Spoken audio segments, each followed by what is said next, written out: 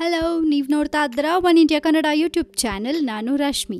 ಜೈಲ್ನಲ್ಲಿ ಅದೆಷ್ಟೋ ಖೈದಿಗಳು ಈಗಲೂ luxury life ಅನ್ನ ಲೀಡ್ ಮಾಡ್ತಾ ಇದ್ದಾರೆ. ಇನ್ನು ಈ ಜೈಲಿನ ಐಷಾರಾಮಿ ಸೆಲ್ ಬಾಡಿಗೆ ಎಷ್ಟು ಅಂತ ಕೇಳಿದ್ರೆ ನಿಮ್ಗೂ ಶಾಕ್ ಆಗತ್ತೆ. ಈ ಜೈಲಿನ ಐಷಾರಾಮಿ ಕೊಠಡಿಯ ಬಾಡಿಗೆ ಎಷ್ಟು ಗೊತ್ತಾ? ದಿನಕ್ಕೆ 10 ಲಕ್ಷ ರೂಪಾಯಿ.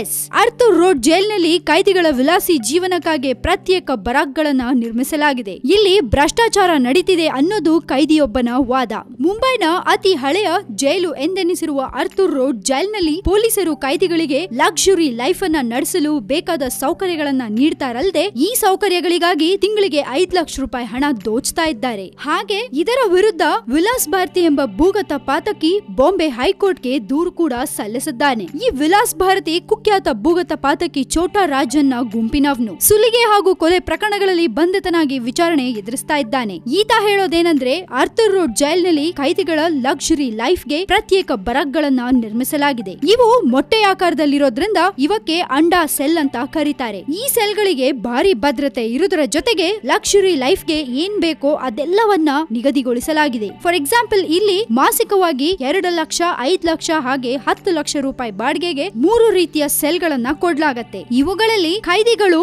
ತಮ್ಮ ಆರ್ಥಿಕ ಶಕ್ತಿಗೆ ತಕ್ಕಂತೆ ಯಾವ ಸೆಲ್ಗಳನ್ನ ಆರಿಸ್ಕೋತಾರೋ ಅಂತಹ ಸೆಲ್ಗಳಲ್ಲಿ ವಾಸ್ತವ್ಯ ಹೂಡಲು ಅವಕಾಶ ಸಿಗತ್ತೆ. ಈ ಎಲ್ಲಾ ನಿಗದಿತ ದರಕ್ಕಿಂತ ದುಬಾರಿಯಾಗಿದ್ದು ಇದನ್ನ ಜೈಲು ಸಿಬ್ಬಂದಿ ದಂಧೆಯಾಗಿ ಬಳಸ್ಕೋತಾ ಇದ್ದಾರೆ ಅಂತ ಭಾರತಿ ಆರೋಪಿಸಿದ್ದಾರೆ. ತಾನು 5 ಲಕ್ಷ ರೂಪಾಯಿ ಬಾಡಿಗೆ ಅಂಡಾ ಸೆಲ್ ನಲ್ಲಿ ಕಳೆದ 38 ತಿಂಗಳಿಂದ ಇದ್ದಿದ್ದಾಗ ಓದಲು ಮ್ಯಾಗಝೈನ್, ನ್ಯೂಸ್ ಪೇಪರ್ಸ್, ಟಿವಿ ಸೌಕರ್ಯ, ಸ್ಪೀಡ್ ಕಾರ್ಡ್ಗಳು, ಕ್ಯಾರಂ ಬೋರ್ಡ್, ಟಿವಿ, ರೇಡಿಯೋ ಹಾಗೆ ಇನ್ನಿತರ ಸೌಲಭ್ಯಗಳನ್ನ ಕೊಡ್ತಾ ಇದ್ರಂತೆ. ಆದ್ರೆ ಕೆಲ ತಿಂಗಳಿಂದ ತಮ್ಗೆ 5 ಲಕ್ಷ ರೂಪಾಯಿ ಹೊಂದಿಸಲು ಸಾಧ್ಯವಾಗದ ಹಿನ್ನೆಲೆಯಲ್ಲಿ ನನ್ನನ್ನ ಅಂಡಾ ಸೆಲ್ ನಿಂದ ಹೊರಗೆ ಅಟ್ಟಿ ನನ್ನನ್ನ ಸಾಧಾರಣ ಬರಕ್ಗಳಲ್ಲಿ ಹಾಕಿದ್ದಾರೆ. ಇಲ್ಲಿ ನಡೆಯೋ ದಂಧೆಯನ್ನ ಈ ಹಿಂದೆ ಕೆಳ ನ್ಯಾಯಾಲಯದ ನ್ಯಾಯಾಧೀಶರೊಬ್ಬರ ಗಮನಕ್ಕೆ ತಂದಾಗ ಜೈಲಿನ ಸಿಬ್ಬಂದಿಯು ಕೋಟಾ ಪ್ರಮಾಣ ಪತ್ರಗಳನ್ನ ನೀಡಿ ನನ್ನ ವಾದಕ್ಕೆ ಸೋಲಾಗುವಂತೆ ನೋಡಿಕೊಂಡ್ರು ಅಂತ ಆರೋಪಿಸಿದ್ದಾರೆ. ಇದಲ್ಲದೆ ಜೈಲಿನ ಕ್ಯಾಂಟೀನ್ಗಳಲ್ಲಿ ಗುಟ್ಕಾ, ಗಾಂಜಾ ಮಾರಾಟ ಮಾಡಲು ಕೂಡ ಅವಕಾಶ ನೀಡಲಾಗಿದೆ ಅಂತ ಕೂಡ ತಿಳಿಸಿದ್ದಾರೆ. ಸೊ ಜೈಲಲ್ಲಿರೋ ಖೈದಿಗಳಿಗೆ ಇಷ್ಟೊಂದು ಲಕ್ಸುರಿ ಲೈಫ್ ಕೊಟ್ರೆ ಅವ್ರು ಜೈಲಲ್ಲಿದ್ರು ಹೊರಗಡೆ ಇದ್ರು ಏನೋ ಡಿಫರೆನ್ಸ್ ಇಲ್ಲ.